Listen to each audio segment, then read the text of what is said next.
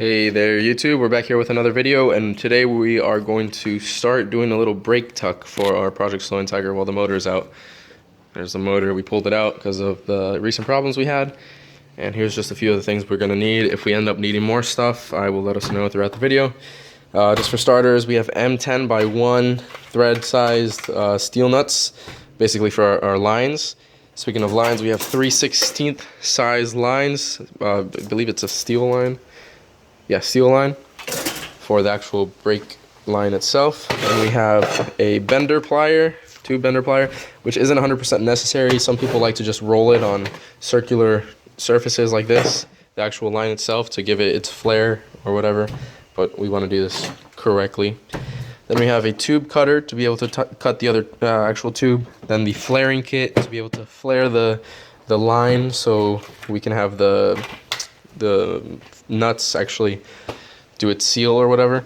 Then a grommet assortment to go through the firewall, and a master cylinder bleeder kit, which will be used once we bleed the car itself. But for the time being, we're just going to be running two fittings, the plastic fittings, back into the top so we don't lose a lot of fluid out of the actual master cylinder. So we're going to go ahead. First things first, we're going to come over here, and now we see our proportioning valve. We are going to take note of the locations, for example, which spot goes exactly where. So let's say that this one goes to, this part right here goes to the driver's front wheel. So then we're gonna write down the top right goes to driver's front wheel and make a little sketch of it, because we are going to be relocating this inside of the cabin underneath our dash. Since we have our dash cut in half, it'll be easy access. And we're gonna go ahead and start writing a little diagram of that and be back shortly. Okay, so we've made ourselves a little diagram. Yes, it is very bad drawing. I am very bad at drawing. Just so you can have an idea, this where it says back and front refers to back and front, as well as the bottom, back and front, is back and front. So if you kind of get an idea, every single make and model for the most part is going to be different. For example, this is a 97 Acura Integra. It's the RS version, so there's no ABS. If there was ABS, there would be extra lines running somewhere from this assortment to the ABS module that would sit right over here. Since our model is not equipped with it, it's going to be different if you have one that's with. And if you have a different year or a different model, it'll be also different. Just so we have an idea, I wrote down, for example, this back one right here goes to the passenger front. Then this one right here goes to the front of the master cylinder, which would be this fitting right here. The back one right there that go to the driver's front. Then this one go to the back of the master cylinder, and then both of these go to the rear. I'm not worried too much about which one is rear right, rear left, or whatever, because we are going to be running a hydro e-brake, a staging brake, which these will tee off into one, going into my hydro, and then back to one, and going into the tee off into the back. So I'll go more into detail another day in another video for when I'm actually doing the hydro, but just wanted to show you a little bit how I did my diagram and how I think that you should do yours. The next thing on the list to get this going, keep in mind that this is my first time doing it. I've seen other people do it, and I've read a lot of forums online of how people like to do it. There's a few different methods, and this is just my overview of how I will be doing it. So I'll be learning along, and don't dive into it until you watch the full video, because there may be things that I don't know or that I find out along the way that I want you guys to know.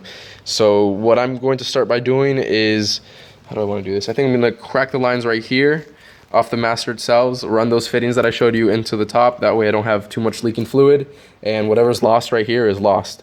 Then I'm going to take the proportioning valve and see how I want it mounted inside of the car, and then I'll actually start planning on how I'm going to route the lines themselves. So yeah, first things first, I'm going to crack these lines and run the fittings in here. It's worth mentioning, this is a 10mm flare wrench, or I think that's the name for them. Most Hondas use 10mm for this in most places. I'm sure there's different areas that have different sizes, but very important they use this kind of wrench. It's not a regular box end wrench. It's not a open wrench. It's a 6-point with kind of overlaps like that. It's very important when you're using it on this kind of line. So essentially what happens, it goes over right there, then you go over the nut, and then you're able to break it loose. Because if you use a regular wrench or something, it'll end up slipping most times, or I've seen people do it at least. I don't want that to happen to you. It'll slip and then strip the nut, and then you'll have a lot of problems. If you plan on reusing these nuts, although I don't recommend it, I have all new nuts like you saw, that would be a big issue you'd run into. So I'm gonna go ahead and finish cracking these loose and show you the next step. Alright, so I've got most of the lines cut off or taken off, and this is pretty much how it's starting to look. I plan on doing somewhat of a fuel tuck further in the future, but I don't have the line for that right now. Basically, what I did cut was the one for the front drivers and the front passengers as well, and let me show you reason being. If you look in here, that's where it leads to, or let me put on a light. Alright, this is where it leads to through the firewall, that section that I cut off. Or not the firewall, but the body of the car right there. The cut portion leads to that, so I'm just going to loosen this nut right here and then reflare a line and do that, make it come out subtly, thinking from that cut line, go under the battery tray or something like that, pass through the firewall, and the final location that I'll be doing the prop valve will probably be in the stock location for the SRS unit. So, get my lighting right. Okay, so here's our prop valve. I'm not 100% decided on how I want it. If I don't keep on dropping it. It's going to mount somewhere right here and the lines will come through. And as for the rear brakes, I'm gonna lift the car a little bit more and see exactly where they lead. I'm going to see if I can cut it a little bit shorter and have it come up from the undercarriage rather than looping all the way in the engine bay and then coming back towards us. So I'm gonna continue lifting the car real quick. All right, so we got our brake lines fully cut away. I went ahead and took the two that were going to the rear. I cut them right here, and I'll show you right now exactly why. If you're not doing a staging brake, I don't recommend this because it just kind of complicates things a little bit. But let me just briefly describe to you why I did that. Let's pretend that this is the back of the car. I know this is very loosely written or drawn or whatever. So from the back of the car, you have your two wheels. You have two lines coming from the back, one to each wheel. Basically in the center of the car, and I'll show you right now, I cut the lines and I ran them up through under the body, and that'll go into a T, which will go to one line to the staging brake, and then one line back to another T, and then back to the master, or the proportioning valve. So essentially I don't need to have it route from the back to the front, loop back around, and then go back to the back, since I'm running that staging brake. And I ran them up through these two little holes, and I'll clean that up. I'll make it all nice and pretty. That way it doesn't mess the lines up or anything. But so that's pretty much in the center of the car. Let me get under there. Okay, we're under the car. Ooh, looks so much nicer. Oh, and note that I'm not running an exhaust. I have a hood exit, so I don't have to worry about an exhaust hitting this. These are our main lines. One's the feed for the gasoline, then I have the fuel pressure regulator return, and I think the third is for an evap, which isn't used, so I'm going to figure out what to do with that soon.